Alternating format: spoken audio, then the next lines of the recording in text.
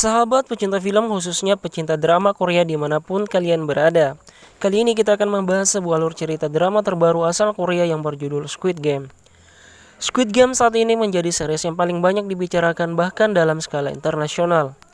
Yang mana drama ini berkisah tentang orang-orang putus asa dan terlilit hutang yang mempertaruhkan nyawanya untuk mengikuti survival game demi meraih sebuah hadiah.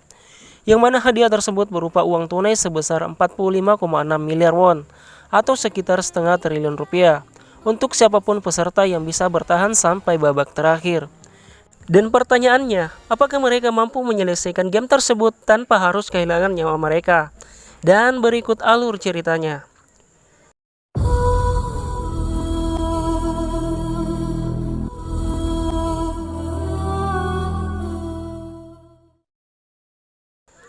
Diawali dengan diperlihatkan kehidupan seorang lelaki bernama Gi-hun, di mana ia menjadi beban bagi ibunya yang sudah tua. Karena hal tersebut, ia juga ditinggalkan oleh istrinya dan menikah dengan lelaki lain. Bahkan hak asuh untuk putri satu-satu mereka juga jatuh kepada mantan istrinya. Dan sekarang hidup bahagia bersama keluarga barunya. Namun Gi-hun sendiri kerap mendapat kesialan dan menyedihkan dalam menjalani hidupnya. Pada hari ulang tahun putrinya, Gi-hun mencoba menjadi ayah yang baik bagi putrinya dengan nekat mengambil kartu ATM milik ibunya dan mengambil beberapa uang untuk dilipat gandakan dalam sebuah taruhan pacuan kuda.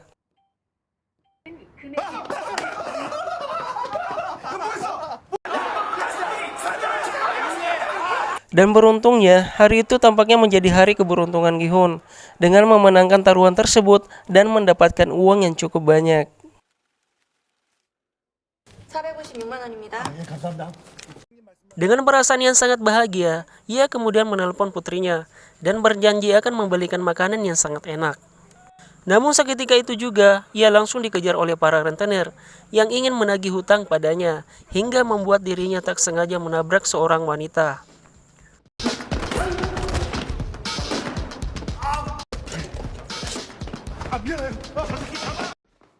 Namun sialnya, ia tetap tertangkap dan mencoba bernegosiasi dan akan membayar separuh utangnya dengan hasil kemenangannya hari ini.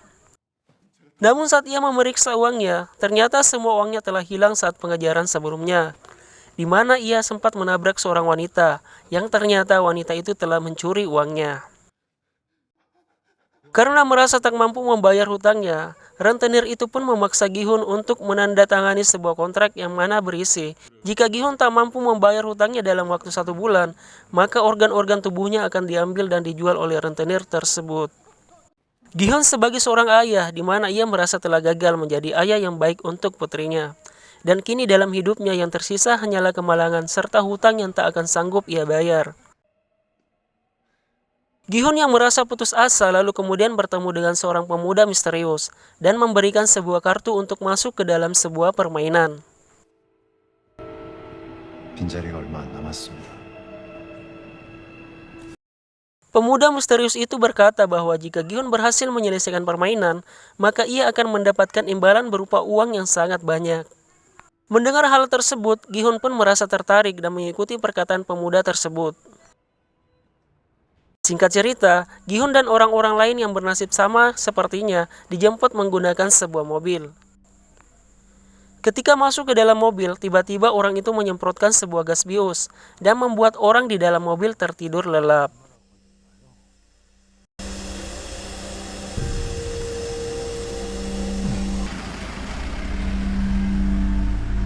Di mana hal tersebut dilakukan untuk menjaga kerahasiaan tempat permainan tersebut.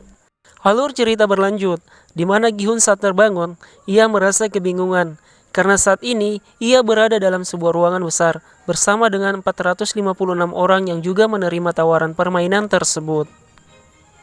Tempat dan semua peserta di sana dipantau oleh beberapa staf yang menggunakan pakaian serba merah serta topeng yang sangat aneh, serta orang yang mengelola dan mengendalikan seluruh permainan tersebut yang mana disebut sebagai frontman. Dengan alasan agar identitas mereka tak boleh diketahui oleh siapapun, termasuk orang-orang yang ikut serta memainkan permainan di sana. Di sana Gi-hun bertemu dengan beberapa peserta lain, diantaranya adalah Sang-woo, teman masa kecil Gi-hun, Il-nam, seorang kakek yang terkena tumor otak, ada seorang pekerja asing bernama Ali, seorang gangster bernama Doksu, seorang wanita bernama Miryong, dan seorang gadis asal Korea Utara bernama Sebyok. Sebyok adalah gadis yang sebelumnya mencuri semua uang Gi-hun waktu bertabrakan saat Gi-hun dikejar oleh para rentenir. Saat melihat Sebyok, Gi-hun menjadi sangat marah dan meminta agar Sebyok mengembalikan uang yang diambil darinya. Namun tak lama kemudian, para staf pun datang ke ruangan mereka. Lalu kemudian staf menjelaskan bahwa selama di sana, mereka akan memainkan beberapa permainan selama 6 hari. Yang dimana pemain yang berhasil menyelesaikan permainan tersebut akan mendapatkan hadiah berupa uang yang sangat banyak. Adapun beberapa aturan yang harus disetujui dan ditandatangani oleh para pemain sebelum memulai permainan, yaitu di mana pemain tidak boleh berhenti di tengah permainan. Lalu pemain yang menolak bermain akan langsung dieliminasi. Dan yang terakhir, permainan akan dihentikan jika mayoritas dari pemain menyetujuinya. Setelah menyetujui semua persyaratan itu, para pemain pun diarahkan ke ruangan berbeda dan melewati sebuah tangga yang sangat aneh. Hingga akhirnya mereka sampai pada sebuah lapangan terbuka untuk memulai permainan yang pertama. Permainan pertama yang akan mereka mainkan adalah lampu merah lampu hijau, di mana terdapat sebuah robot raksasa di ujung lapangan yang akan bertugas sebagai penjaga. Saat sang robot ini ketika berkata lampu hijau, para pemain diperbolehkan untuk bergerak secepat mungkin, agar mereka bisa segera sampai di garis finish sebelum waktunya habis. Namun saat robot itu berkata lampu merah, maka para pemain tidak boleh ada yang bergerak sama sekali. Karena jika ketahuan oleh si robot, maka mereka akan langsung dieliminasi. Terdengar cukup gampang, namun kenyataannya yang sebenarnya jauh lebih mengerikan. Bagaimana tidak, maksud dieliminasi dari permainan bukan hanya sekedar dikeluarkan, namun mereka akan ditembak hingga tewas. Di mana peluru datang dari berbagai sudut dan semuanya telah diatur agar langsung menembak siapapun yang bergerak selama lampu merah. Karena hal tersebut, para pemain pun merasa terkejut dan berlari ketakutan hingga terjadi pembantaian yang sangat sadis. Tindakan itu bukannya membantu mereka, melainkan membuat mereka semua mati sia-sia.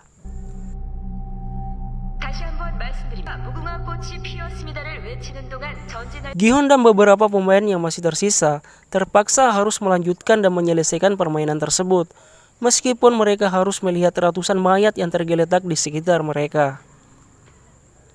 Mereka harus tetap berkonsentrasi agar bisa segera sampai di garis finish dengan aman dan tidak kehabisan waktu.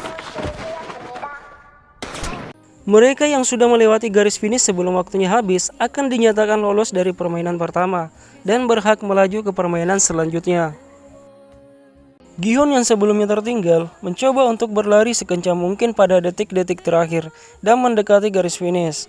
Sayangnya Gi-hun malah hampir jatuh terpeleset, namun beruntungnya Ali yang berada di belakang Gi-hun berhasil memeganginya, sehingga ia bisa bertahan dan akhirnya lolos dari permainan pertama. Sedangkan mereka yang masih tersisa karena kehabisan waktu langsung dinyatakan tereliminasi dan ditembak satu persatu.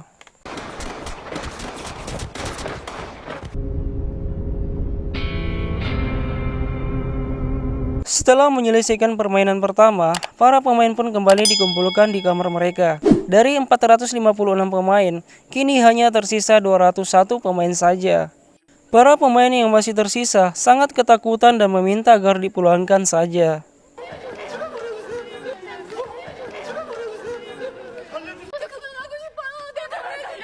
Karena para staf tidak bisa mengabulkan permintaan tersebut, akhirnya Sanmu meminta kepada para staf agar melakukan voting. Seperti perjanjian sebelumnya yang sudah mereka sepakati, di mana para pemain bisa menghentikan permainan jika mayoritas pemain ingin berhenti. Pada akhirnya mereka pun sepakat akan melakukan voting. Sebelum melakukan voting, para staf memperlihatkan kepada para pemain yang masih tersisa bahwa total hadiah yang akan mereka dapatkan saat ini lebih dari 25,5 won atau sekitar 300 miliar. Jumlah itu diakumulasi dari jumlah para pemain yang telah tereliminasi, dan jumlah itu akan terus bertambah seiring berjalannya permainan.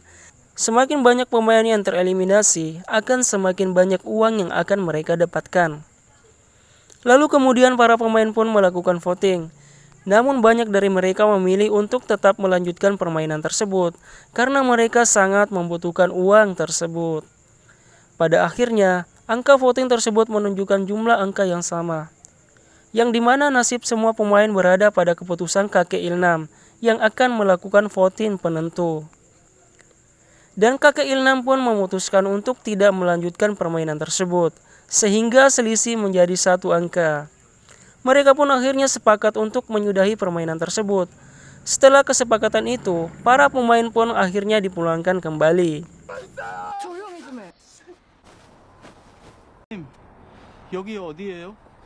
Scene berpindah pada keesokan harinya, di mana Gi-hun memutuskan untuk pergi ke kantor polisi dan melaporkan sindikat permainan yang kejam yang menewaskan banyak orang. Ia pun menceritakan semua kejadian yang dialaminya itu, dari awal mereka dibawa sampai kembali dipulangkan. Namun justru ia hanya dianggap sebagai orang yang tidak waras. Lalu kemudian Gi-hun memberikan kartu permainan yang sebelumnya ia dapatkan dari pemuda misterius. Pada kartu tersebut terdapat sebuah nomor telepon yang bisa dihubungi. Namun ketika si polisi mencoba mengkonfirmasi nomor itu, yang mengangkatnya malah seorang wanita biasa. Dan hal itu pun membuat polisi tersebut marah dan mengusir Gi-hun dari sana. Meski sudah kembali dan keluar dari permainan kematian itu, namun tampaknya kehidupan nyata mereka jauh lebih berat dari yang mereka perkirakan. Kenapa tidak, Gi-hun harus membayar biaya pengobatan dan biaya operasi ibunya yang mengidap diabetes akut. Ali yang tak sengaja menghancurkan jari tangan bosnya, karena bosnya tidak mau membayarkan 6 bulan gajinya. Sang-woo yang harus membayar utang sebanyak 6 miliar won, agar rumah serta toko milik ibunya tidak disita oleh bank. Seorang gangster bernama Doksu yang dikejar-kejar oleh mafia karena memiliki utang yang sangat banyak. Serta Sebyok yang harus mencari uang untuk mengeluarkan keluarganya dari Korea Utara. Mereka semua sangat membutuhkan uang untuk terbebas dari utang dan menyelamatkan keluarga dan untuk diri mereka sendiri. Sehingga mereka berniat kembali untuk mengikuti permainan kematian itu. Pada adegan lain, terlihat polisi yang bernama Junho sedang mencari keberadaan kakaknya. Pada saat ia ke tempat kakaknya, di sana ia menemukan sebuah kotak hitam yang di dalamnya berisi kartu yang persis dengan milik Gi-hun. Kartu itu diketahui milik kakaknya yang sudah lama menghilang. Scene film berpindah keesokan harinya, di mana Junho mencari tahu informasi mengenai Gi-hun kepada polisi. Dan setelah ia mendapatkan alamat Gi-hun, Junho pun bergegas menemui Gi-hun. Namun Gi-hun mengatakan kalau ia tidak tahu apa-apa mengenai hal itu. Lalu pada saat mereka memiliki kartu itu lagi, pada malam harinya mereka semua pun berkumpul dan dijemput seperti saat pertama kali ikut serta.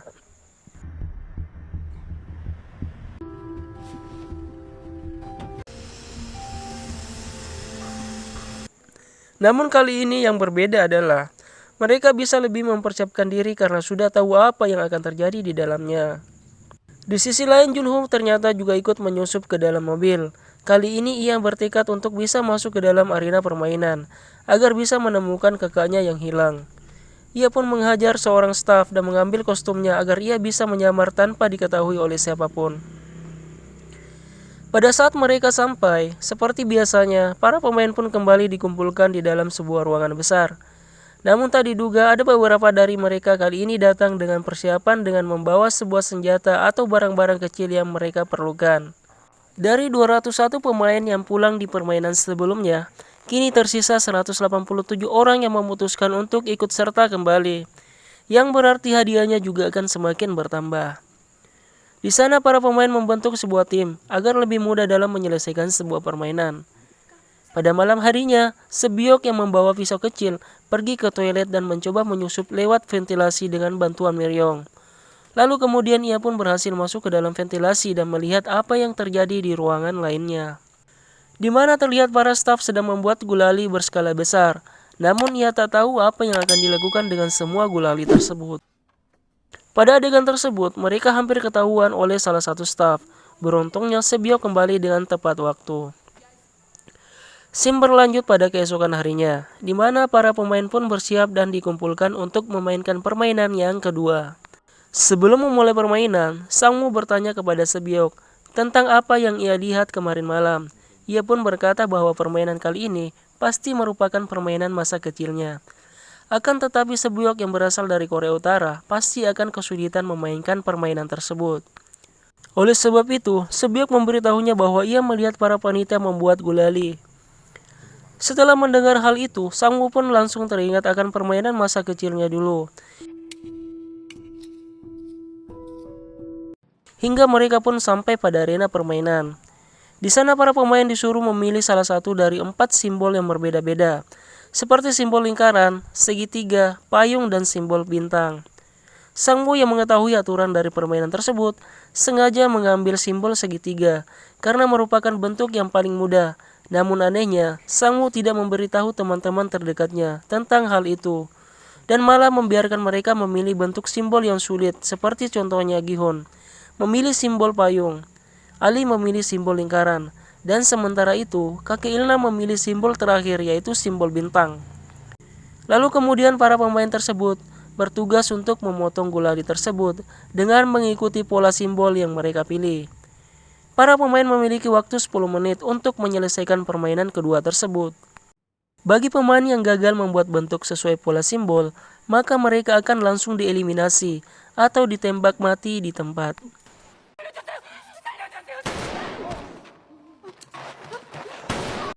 Sontak hal itu membuat para pemain yang lain panik dan semakin ketakutan. Mereka semua berusaha sekeras mungkin untuk mendapatkan pola yang diinginkan. Kemudian di sana terlihat Miryong yang memanfaatkan korek apinya untuk memanaskan jarum agar gulali itu bisa lebih mudah untuk dilelehkan. Pemain yang mengambil simbol mudah satu persatu mulai berhasil menyelesaikan misi dengan aman. Namun yang menjadi masalah, para pemain yang mengambil simbol yang sulit, ditambah mereka juga dikejar oleh waktu yang semakin berkurang.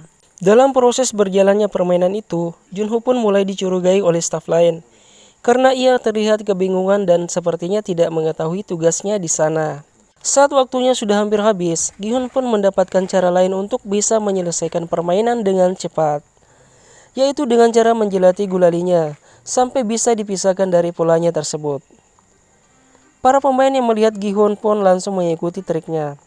Hal itu pun sangat membantu mereka sehingga beberapa peserta termasuk Gi-hun dan kakek Ilna berhasil menyelesaikan permainan sebelum waktunya habis. Namun di sana ada seorang pemain yang gagal mencoba melawan seorang staf.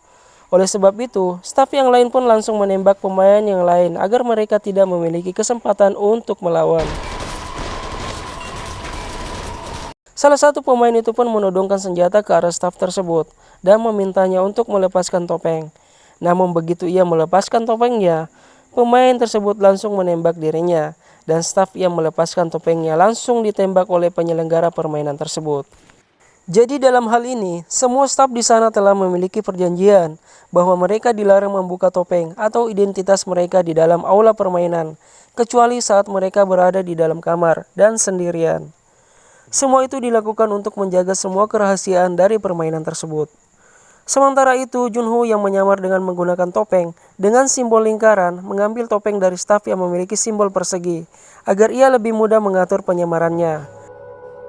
Dan part 1 pun akhirnya selesai. Kira-kira apa yang akan terjadi dengan Gi-hun dan yang lainnya? Pastinya bakalan kita bahas di part berikutnya. Kalau kalian penasaran, jangan lupa untuk tetap dukung channel kami dengan cara menekan tombol subscribe, like, share, dan nyalakan tanda loncengnya agar kalian mendapat info update dari alur cerita yang akan kami sajikan untuk kalian.